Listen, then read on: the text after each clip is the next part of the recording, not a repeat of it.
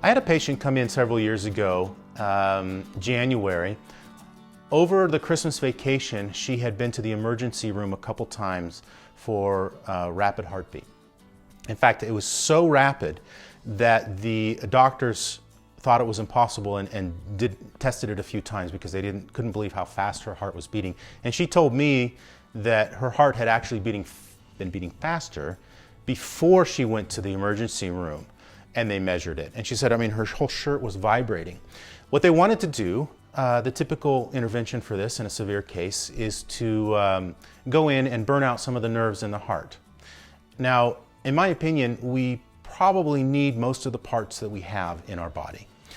Occasionally something has to be removed, and medicine is great at doing that. But sometimes things need to be removed or are removed when something else maybe was the problem. So I asked her to not go get the surgery right away.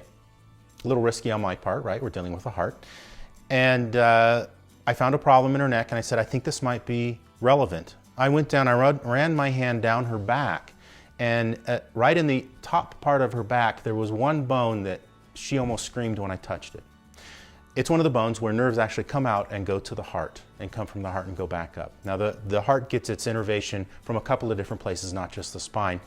But when that bone was that tender, I thought, okay, this is probably a mechanical problem, not an organic problem that needs to be dealt with surgery. So I said, don't do the surgery yet.